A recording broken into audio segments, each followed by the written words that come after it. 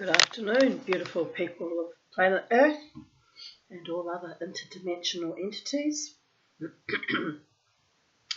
It's 12:12 p.m. on the 4th of March 2025. So my cold has progressed to a bit of asthma, which got aggravated by going out, having to go to the shops. There was no toilet paper left because the Space Cadet stormtroopers only cared about their own asses. Greedy little motherfuckers. And it's kind of humorous because this happened during COVID, that they all panic bought toilet paper just as I was on the last roll of paper. So it's kind of a history repeating, but no one dies of not having toilet paper, people of Earth. You know, my stepfather, Case van der Graft, who survived Middle Baldora in World War II, used to stockpile toilet paper in the 80s, actually, when he was about 15, 1980. I remember saying, what's all this toilet paper all lined across the top of our kitchen ceiling? Rows and rows of it. He said, well, Tanya, I never want to wipe my ass with sticks and leaves ever again. I said, is there a war coming or something? Like, do you know something I don't? And back in the 80s was relative time of prosperity. So whatever it was he was worrying about didn't eventuate. But we were never short of toilet paper.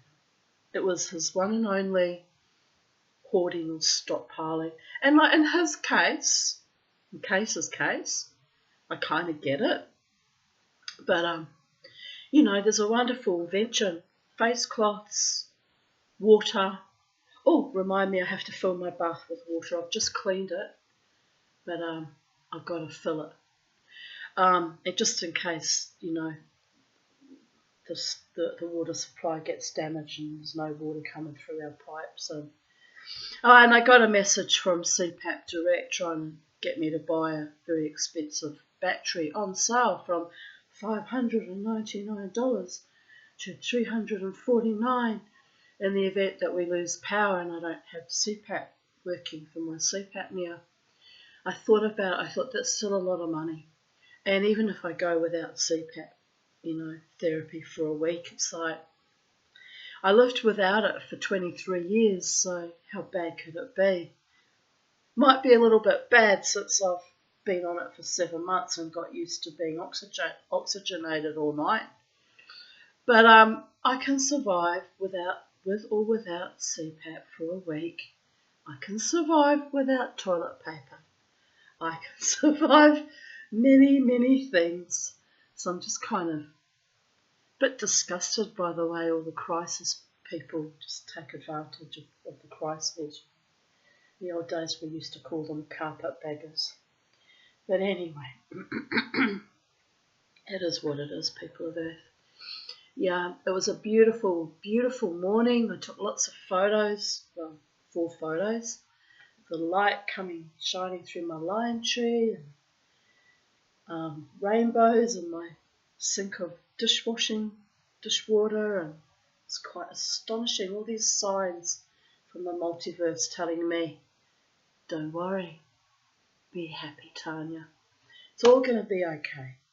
Also, I kind of love a good toweling. I might be out not in the full brunt of the storm if it's a bad cyclone, but I might be out just as it's building and build some powerful energies of my own in tandem with the storm energy.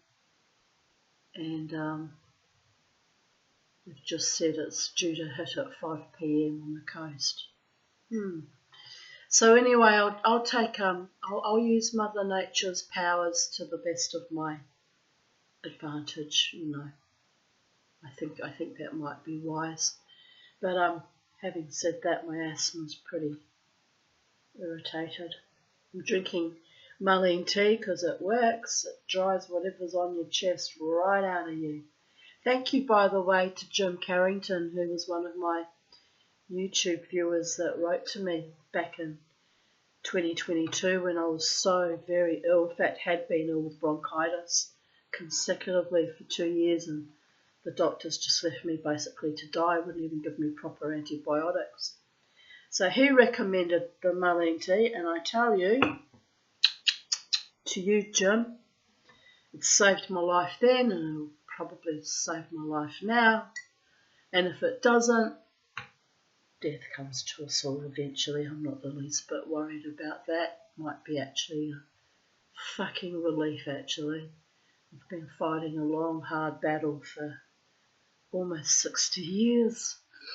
So, anyway, CPAP or no CPAP, and toilet paper for the crap or no toilet paper, my shining patootie will be white and voluminous and shine like a moon in the night. Shine on bright like diamonds, baby girls and baby boys. My ass is class. You have to laugh. Sometimes you just have to see the comedy amongst the tragedy. You can tell I was raised by survivors of World War II, that I have this dark, tumescent, gravel-rash humour. Most other people don't get it. You just don't have the cumulative intergenerational trauma. You'll never get me. And you know, how fortunate are you, my darlings? Blessed be. On that note, let's continue with reading